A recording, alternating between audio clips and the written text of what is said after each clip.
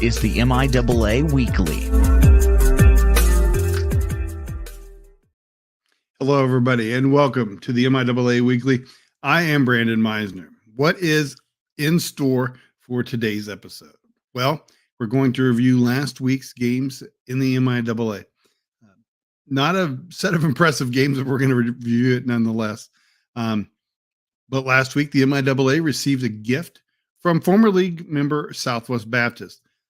We'll find out what that gift was when we talk about the official regional rankings, which were released on Monday. And finally, we'll predict the outcomes of the games coming up this weekend. Once again, thank you for joining us on MIAA Weekly. Let's go ahead and bring up the scores from last week so I can share those with you. We'll talk about them a little bit. As I said, it was not really a great group of games, but we'll review them nonetheless and talk about what happened in each. Let's start with what I think was probably the game of the week, and that was Central Missouri at Missouri Southern. So the Mules came away with a 42-21 win in the game. Excuse me. The Mules had 487 yards of offense, a game that they really kind of controlled, held Missouri Southern to 197 offense. So that's pretty good because we've talked about the defense being the Achilles heel maybe of a long playoff run for the Mules. But if I were to tell you that the Mules had almost 500 offense, you would think Zach Zabrowski would have thrown for 300 or something like that. He didn't. He actually only threw for 223, but he had 72 rushing, threw a couple interceptions in the game. The star really offensively for the Mules was Marcellus Hawkins. He had 179 yards on 27 carries and 2 touchdowns. So a great game for him. I had predicted a 42-31 win for Central at Missouri Southern. They came away with a 42-21 win. I'll take it. That's about as good as I'm going to do. Let's move on to the one true non-conference game of the year. I mean, all the Lincoln games are kind of considered non-conference, but this was a true non-conference game, and it's nice. The first one since 2013. But Sioux Falls traveled to Pittsburgh State, and the Gorillas came out on top 55-6. The Gorillas had 454 yards of offense. Sioux Falls was held to 85-yard passing, but it's important to note that Sioux Falls was kind of a beat-up football team. Lots of injuries. They're trying to just make do as they can, and that's reflected in the score. Pittsburgh State quarterbacks were efficient in this one, 16-27 for 283, had 3 touchdowns. So it was a pretty good win for the Gorillas.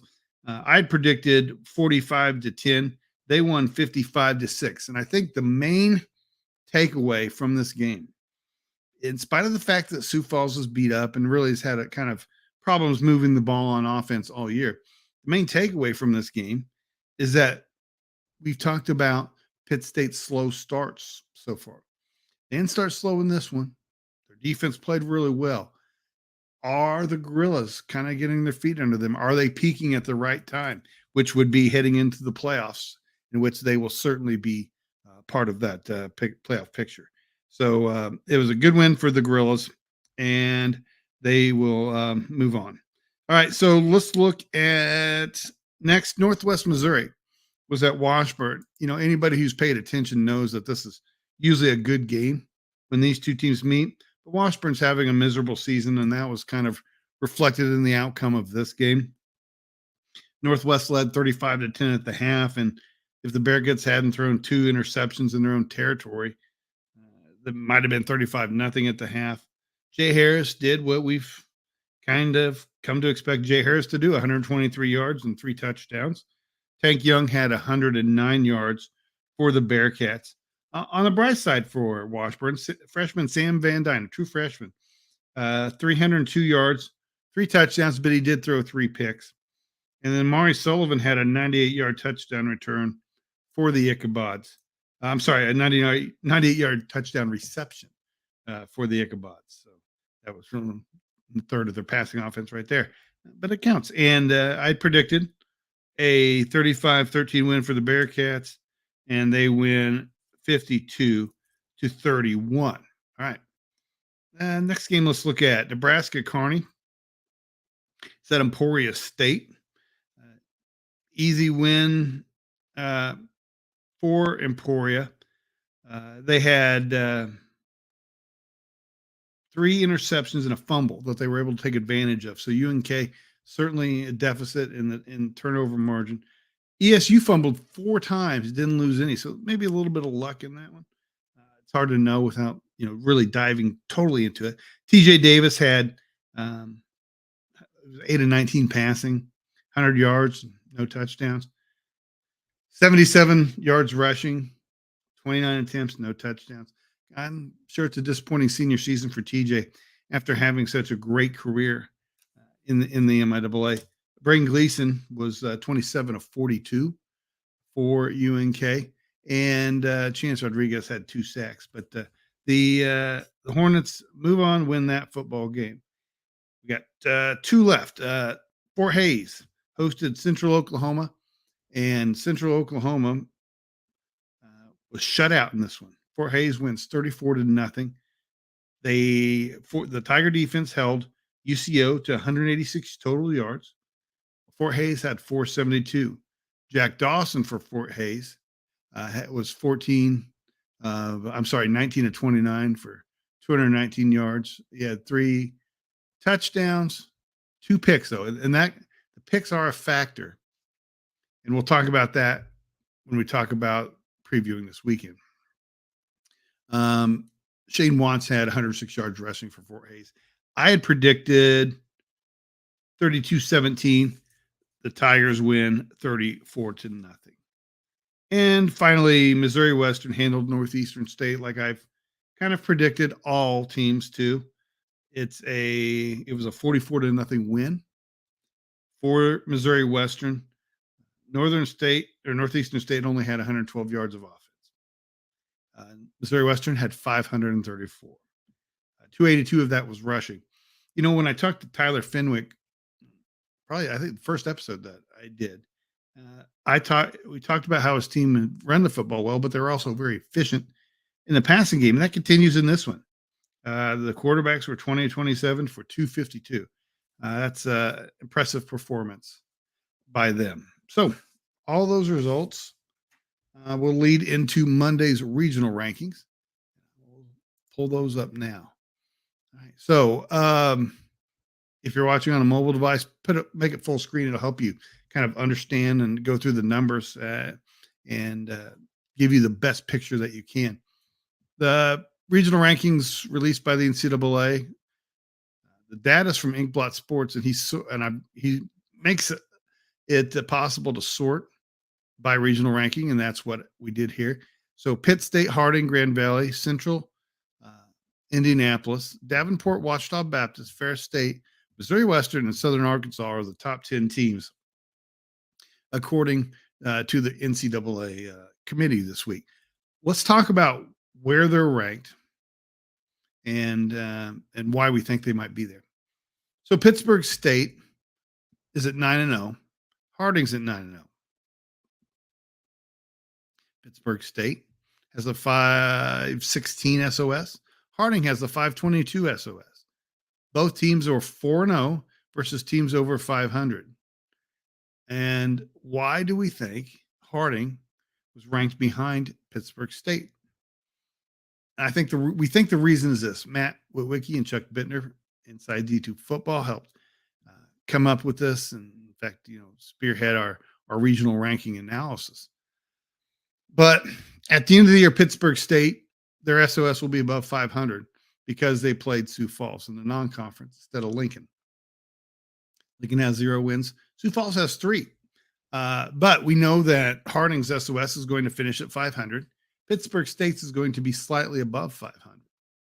So we think the committee went ahead and flipped them, put Pittsburgh State as the top seed so that there wouldn't be questions. There wouldn't have to be an explanation later of why did Pitt State, quote unquote, pass us even though we didn't lose any games.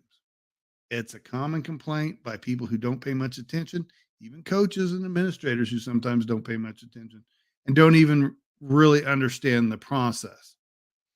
We get it a lot with our D2football.com poll as well. Well, why did we drop because we won? somebody else passed you. They were more impressive.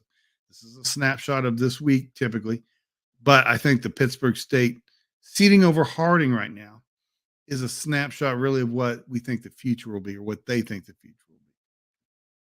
We had Grand Valley third as well. They're 7-1. Their strength of schedule is really good, and they're 3-1 versus 500. I think they belong there. Now, I do believe, that we had Indianapolis and Central Missouri switched. I believe that we had Indianapolis at 4 and Central Missouri at 5. And if you look at the second column from the right, you will see that that's where Inkblot did too, in terms of the rank with the wins and the strength of schedule. But Indianapolis is there, is one spot behind Central. Why do we think Central's ahead of them, or why? I'm trying to read minds here, obviously. The only thing we can think of is Central's strength of schedule is higher at 522. It'll finish right at 500. Indianapolis is right now 485. But if you look into the fifth column, 1, 2, 3, 4, yes, the fifth column, Central Missouri is 3-1 versus 500, and Indianapolis is 1-0 versus greater than 500. That one win was against Truman, who, if you recall, I've been talking for several weeks about how a one-loss team would miss the playoffs. Friends said, "Hey, let it play out." Things like this always happen, where you think something crazy could happen, and it could, and then it never happens. That's the case. Southwest Baptist gave the MIAA a huge, huge gift last week when they beat Truman on the road. I'm sorry, Truman was at Southwest Baptist, but it was a game I expected Truman to win. I expected them to finish undefeated on the year. Their second loss took them all the way off out of the region rankings. You see right there, they're not in the top 10, and that makes it so that's likely that a one-loss team will not miss the playoffs this year. But let's go ahead and finish the rankings. But that's kind of where Truman would be, which is why I wanted to bring that up at that point. Davenport is 6th. An extremely hard team to evaluate right now. They're undefeated. You think that's easy to evaluate? No, it's not. Their 419 strength of schedule is the worst amongst the 10. You look at the fifth column again. They haven't played a single team with a record above 500. Nonetheless, they could still make it, but they have 2 teams on the schedule, back-to-back monsters. Ferris State this week and Grand Valley next week. The expectation is that Davenport will be 8-2 and out of the playoff race, or out of the playoffs. They'd certainly be in the race, but they would miss the playoffs if things go as most people predict they will. Ouachita Baptist is next. They're 8-1. Their strength of schedule will finish at 500, so that will improve. And then Ferris State is 6-1. Their strength of schedule is at 481. It'll improve with the game against Davenport slightly, depending on who the last opponent is. And then, so we're looking at those teams 1 through 8 minus Davenport as the teams that are likely going to be in the playoffs. The seeding still could be jockeyed with some. So what's that mean? Missouri Western with 2 losses, probably on the outside looking in. Southern with 2 losses, probably on the outside looking in. If you look there at the comparison and the ranking of Southern Arkansas and Missouri Western, the numbers say Southern Arkansas should be ahead of Missouri Western. Same record against teams above 500. But Southern Arkansas's strength of schedule is 561 compared to Western's 466. We know Western will get to 500-ish, and Southern Arkansas will be at 500. So it'll be interesting to see where that ends up. But right now, it appears that the Griffins are on the outside looking in for the playoffs, but Pittsburgh State, Central Missouri in the playoffs, unless something tragic were to happen. And there's a small possibility that could happen. this weekend when the Mules host Fort Hays. We'll talk about that game, amongst others, when we come back. Just wanted to take this opportunity to thank those who've supported D2 football this year. D2 football is free, but it isn't cheap. Your support helps offset our expenses and allows us to expand our coverage. If you like what we're doing, please consider supporting us. Visit d2football.com/support. Or if you want to do it the old-fashioned way, click contact on the website to find our mailing address. But again, thank you for supporting D2 football. All right, welcome back. We have a decent slate of games this weekend. You see that Lincoln is at Nebraska Kearney, Fort Hays at Central Missouri, Missouri Southern at Emporia State, Pitt State is at Missouri Western, Washburn's at Central Oklahoma, and Northwest Missouri, is at Northeastern State. Let's take these in reverse order. Save the game of the week for last. We'll start with Lincoln at Nebraska Kearney. Two teams with disappointing years. Lincoln is kind of what I thought they would be. No different than the results of the past few years. Nebraska Kearney, I had a suspicion that they might not have as good a year as they would have in the past, and that has come to fruition. 37-7, my prediction. Nebraska Kearney beats Lincoln, makes what has had to be a disappointing season just a little bit better. All right, let's look. Again, we're taking these in order. Northwest Missouri at Northeastern State. It's hard to make a value judgment of Northeastern State versus Lincoln in terms of what kind of game we're going to have. I predicted them to get blown out in almost every game, and I don't see this one being any different. 56-13, Bearcats over the Riverhawks. All right, moving on. Washburn at Central Oklahoma could have been a really good game at the beginning of the year. I thought it would be. I would say Central Oklahoma has had a fairly disappointing season. Washburn has had an incredibly disappointing season. Washburn 1-8, Central Oklahoma 4-5, and I just think that it's just a disastrous season for Washburn. A proud program that's usually pretty good.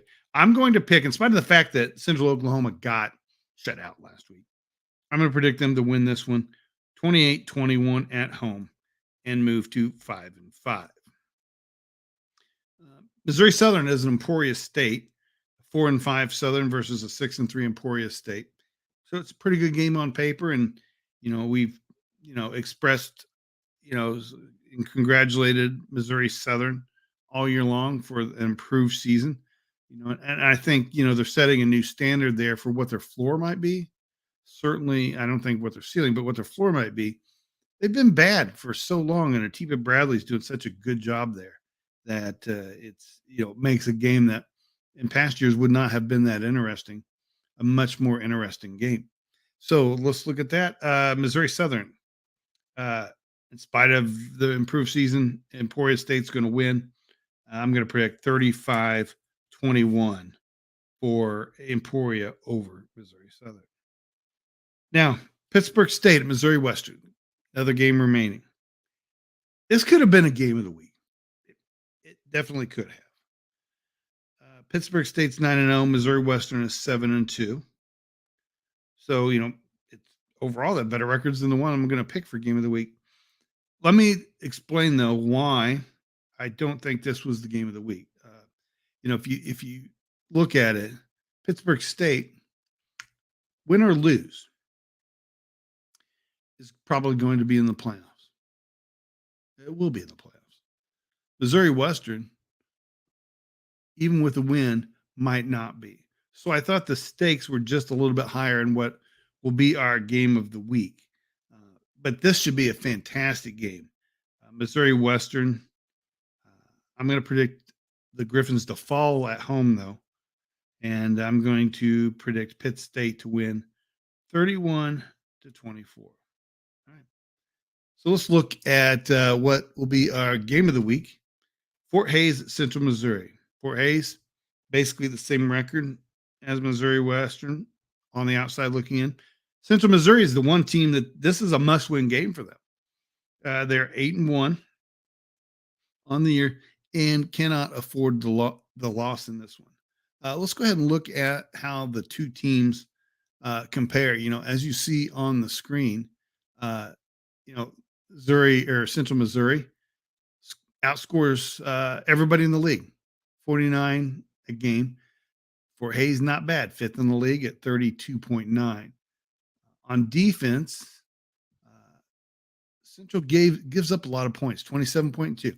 Some of that's going to be a product of the offense. There's no doubt about that. On the other hand, Fort Hayes might have the best defense in the league. They're giving up 16 points a game, in spite of and that's second in the league. When it comes to yardage, the Mules 590 a game, incredible. That's good. Have an impact on those defensive numbers. Fort Hayes, though, 416 a game on offense. That's not bad, and it's kind of a reflection of the way their defense plays. Uh, you see there on defense, Mules give up 364. Fort Hayes allows 254. Very good in today's football. Central gives up a lot of yards or excuse me. Actually, you would never think it, but they gain a lot of yards on the ground. 178, more than Fort Hayes. I would not have guessed that.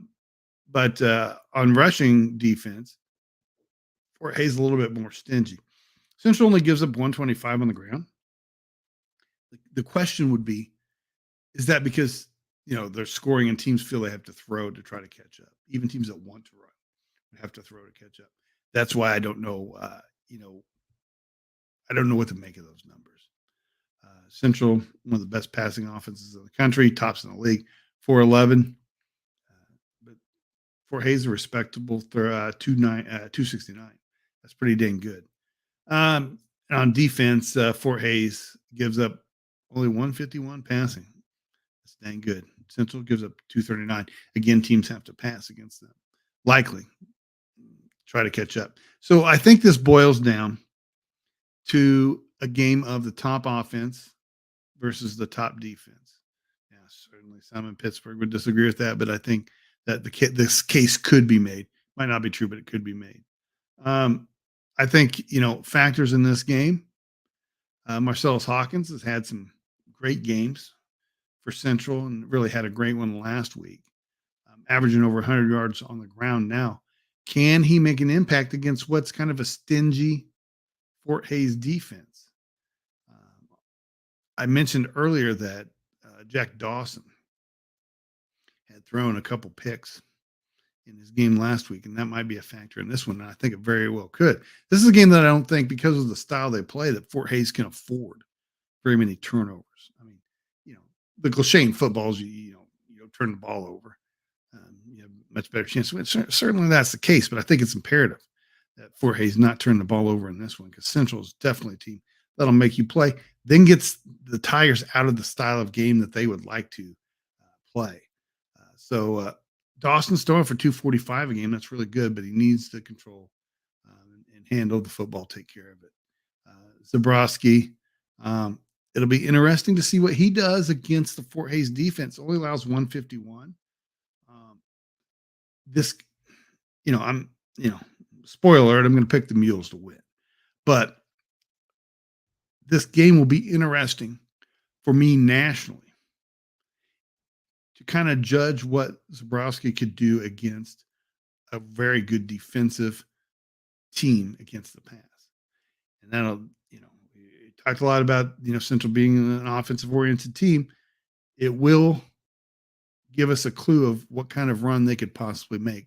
If he goes out and throws for 300, hey, that's a great sign. If the Tigers were able to hold him 275, 250, 225, not as good a sign. And, unless you caveat that with Marcellus Hawkins, rushing for a bunch of yards. But nonetheless, I think that that'll be one of the, at least nationally, that's going to be one of the things that is answered for me in this game. I think if Fort Hayes is doing a good job getting to the quarterback, Central not so much, but they're a defense that's going to have to, create turnovers. They're not a defense because of the style of the offense. They need to create some turnovers, and not necessarily a defense that's just going to shut you out. So, what's my prediction? I'm going to go 38-31. Hayes gets their points, but Zabrowski answers the question and leads the Mules to a win. So, all right, folks, that will do it this week for the MIAA Weekly. I want to thank UCM Athletics, KOAM, and WIBW for their highlights. Want to invite you to check our scoreboard on Saturday. We'll keep track of all the scores around the country. And, the ones that matter to you are both the MIAA and Super Region 3 on our scoreboard on d2football.com. You can sort by Super Region 3, which will allow you to see all the scores that will matter very easily to MIAA teams and maybe even your team. Also want to invite you to watch Inside D2 Football. That is Sunday night. It's every Sunday night, 7 p.m. Central. And we talk about D2 football from a national perspective. And I think you would very much enjoy it, as the MIAA is one of the top 3 conferences without a doubt in Division II football. Some years it's the best. And certainly the MIAA is a topic of conversation, and it should be, and it is. So we appreciate you joining us every Sunday, 7 p.m. You can interact with us even during the show, where we have a question and answer session in the overtime. And we'd love to have some new people asking new questions. So MIAA Weekly is a production of d2football.com. I'm Brandon Meisner. Thank you very, very much for watching.